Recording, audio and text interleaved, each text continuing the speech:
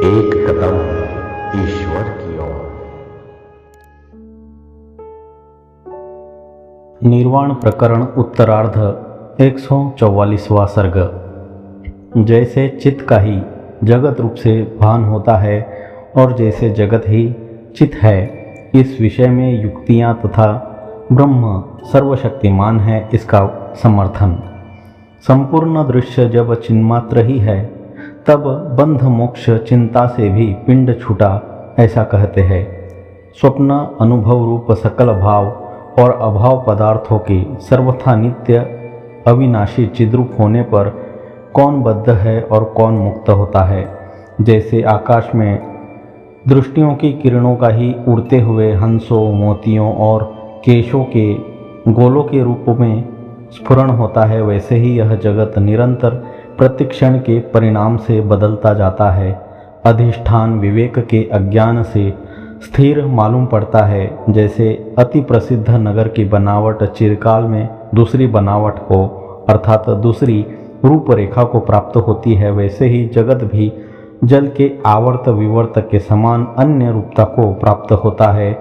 जिसी समय भूमि, जल, आकाश, शैल आदि यह जगत क्षण भर में असत होता है, उसी क्षण लव, त्रुटि आदि अवयवों के वृत्तांतों से विद्वानों ने युग कल्प आदि संज्ञाएं की है। यह संपूर्ण जगत असत होता हुआ भी स्वप्न के समान अनुभव में आता है। यदि जगत नहीं है, ऐसा जगत का अपलाप कीजिए तो संपूर्ण चित्त ही इस तरह विकास को प्राप्त होता है। हम लोगों का प्रसिद्ध यह जगत जैसा है, वैसे ही आकाश में हजारों लाखों जगत अन्य मनुष्यों के हैं, ऐसी आप संभावना कीजिए, किंतु उनको परस्पर का अनुभव नहीं होता। तालाब में रहने वाले, सागर में रहने वाले और कुएं में रहने वाले मेंढकों का अपने अपने निवासभूत तालाब आदि में अन्योन्य का अनुभव देखा गया है। वे अपने आश्रय से अन्य दृश्यादि नियति का आपस में कहीं भी अनुभव नहीं करते हैं। जैसे एक नगर में सैकड़ों स्वप्न नगरों का भान होता है और नहीं भी होता, वैसे ही आकाश में जगतों का भान होता है और नहीं भी होता। किन्हीं के अर्थात अज्ञानियों के अनुभव में आने से वे है और किन्हीं के अर्थात ज्ञानियों के अनुभव में न आने से नहीं है। जैसे सैकड़ों लोगों के स्वप्न नगर एक घर में विकसित होते हैं और नहीं भी होते, इसी प्रकार आकाश में जगत है भी और नहीं भी है। चित्त का चमत्कार रूप दृश्य स्वात्मा के निज अंगों की तरह अभिन्न है, अद्वितीय है। एक की दृष्टि में साकार भी वह दूसरे की दृष्टि में निराकार है। एक की ही दृष्टि में एक समय साकार भी वह अन्य काल में निराकार है। तात्विक दृष्टि से वह सदा ही निराकार है। इसी प्रकार एक की दृष्टि में सकारण अर्थात कारण सहित भी यह अन्य की दृष्टि में अकारण ही है।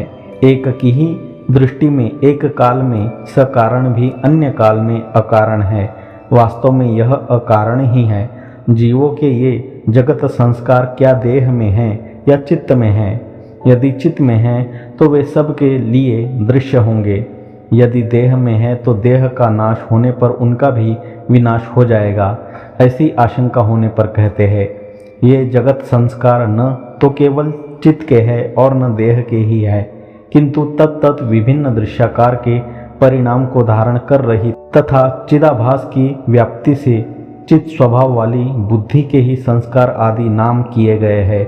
बुद्धि के ही प्रभाव से प्रभावशाली देह प्रतिमा से संस्कार आदि अलग नहीं हैं।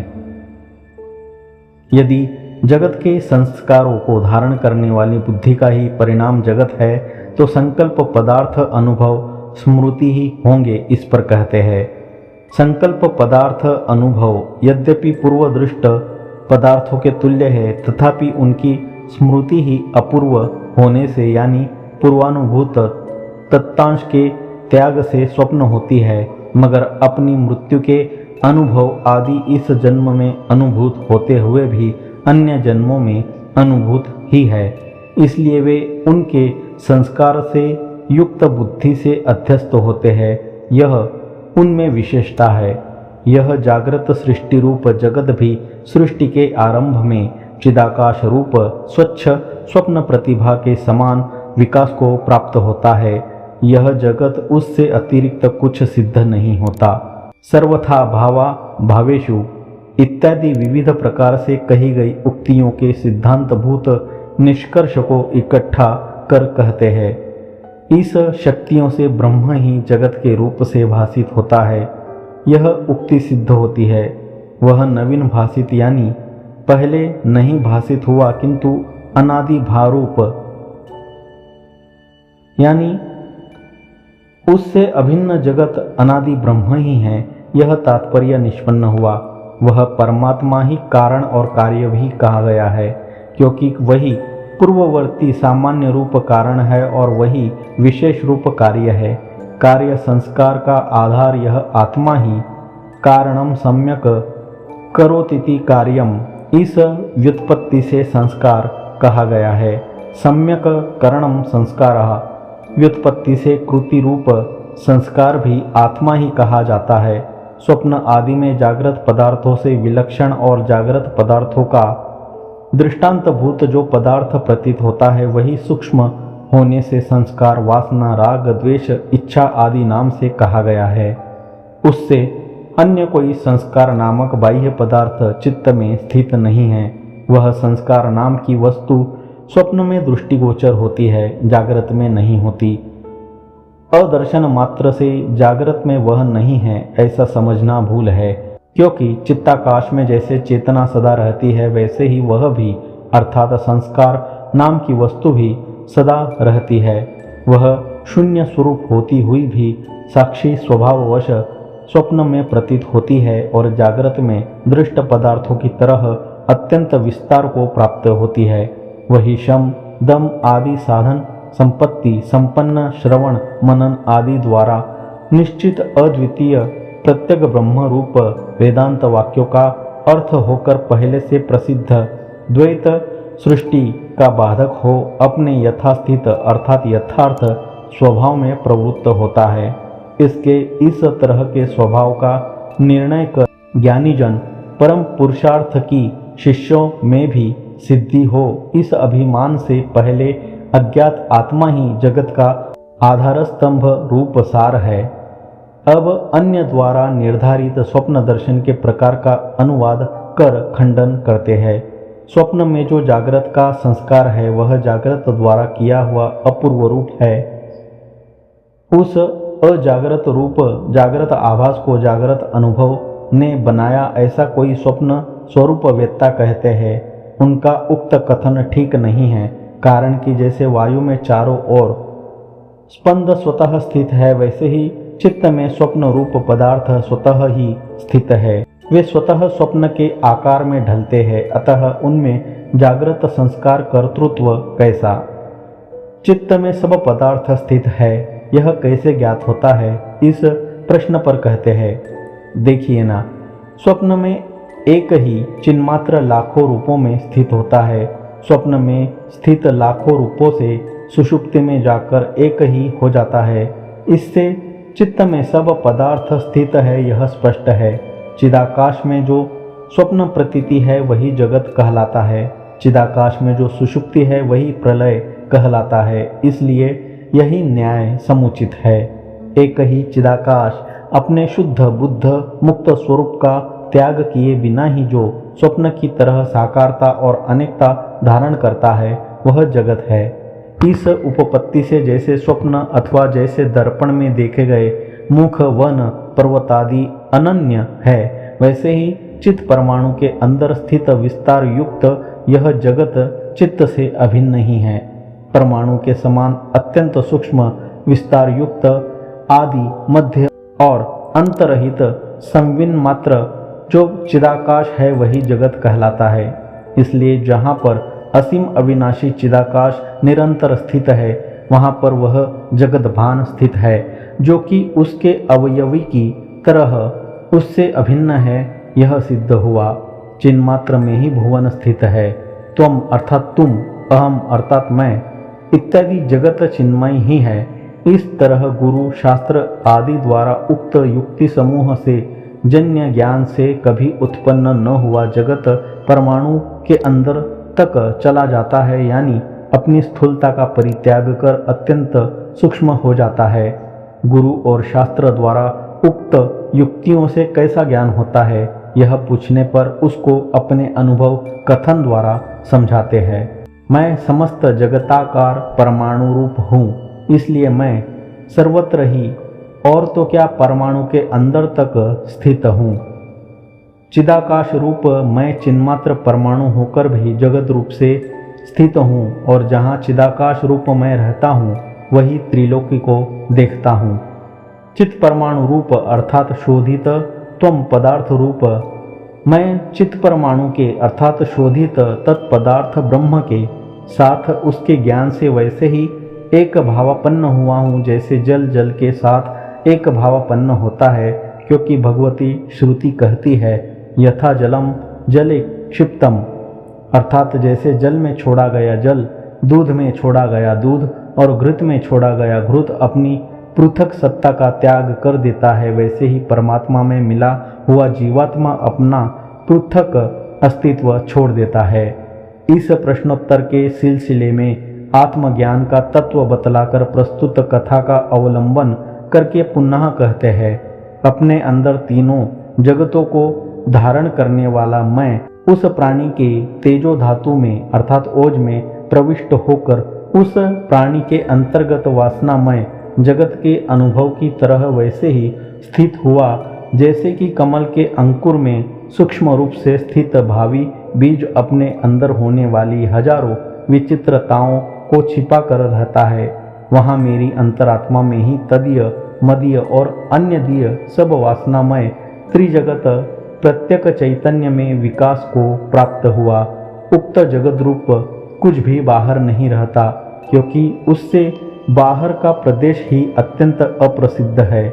जब जहाँ जहाँ स्वप्न में चाहे जागृत में जो जगत का भान होता है वह बाह्य और आभ्यंतर सहित दृश्य निज चिद्भान ही है।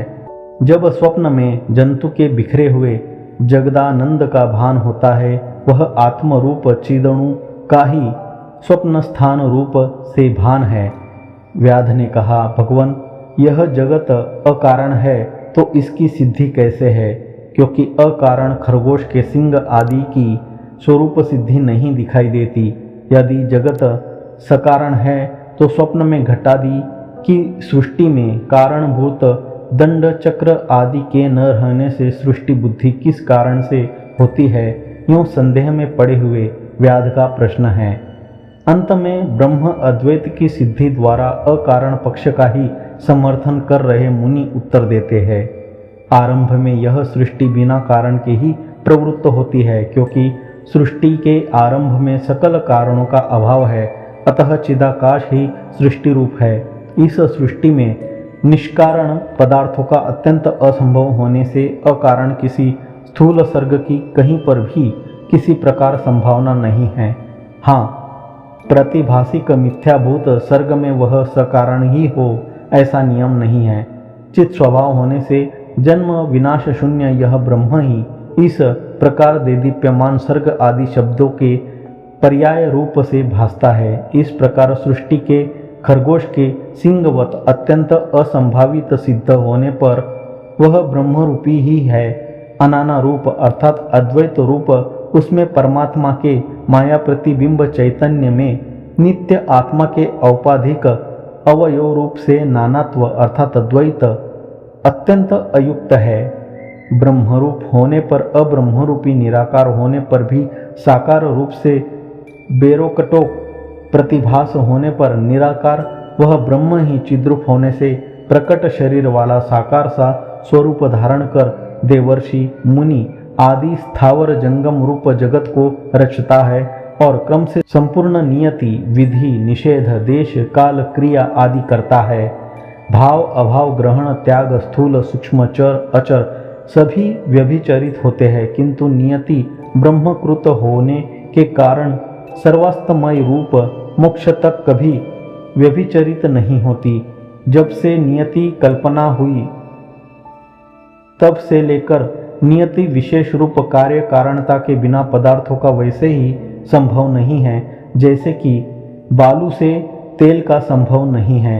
नियति और नायक अर्थात भोक्ता जीव, ये दोनों जो कि ब्रह्मा के दो हाथों की तरह अंगभूत है, ब्रह्म से अपने आप प्रवृत्त हुए हैं।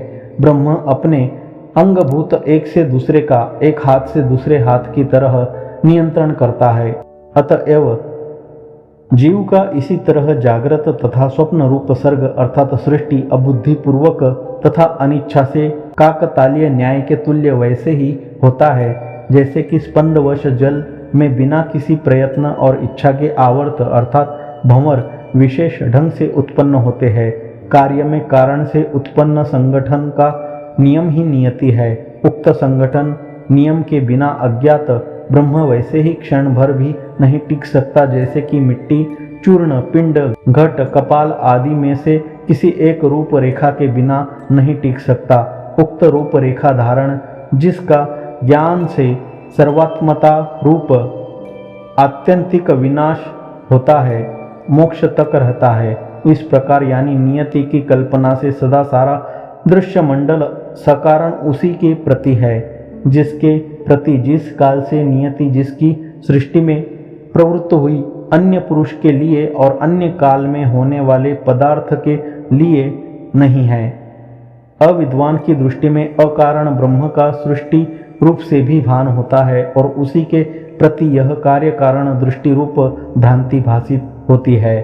विवेकी पुरुष की दृष्टि में तो काकतालीय के समान स्थित इस सृष्टि में केवल पूर्वापर भाव का नियम देखने से यह घट आदि, दंड, चक्र, मिट्टी आदि सामग्री से उत्पन्न हुआ, यह वस्त्र आदि, तुरी, वेमा आदि से इस प्रकार का उत्पन्न हुआ, इस तरह पर्यालोचन से नित्य वेद के पद, वाक्य, व्याकरण आदि के नियम से समान यह नियति स्थित है।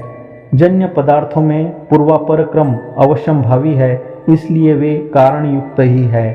ऐसा जो मानता है उसके मतानुसार जागृत और स्वप्न में दिखाई देने वाले अकारण पदार्थों का संभव नहीं हो सकता, क्योंकि स्वप्न और सुषुप्ति दोनों में से एक के बाद हुए जागृत प्रपंच की उत्पत्ति में भी कोई कारण नहीं है।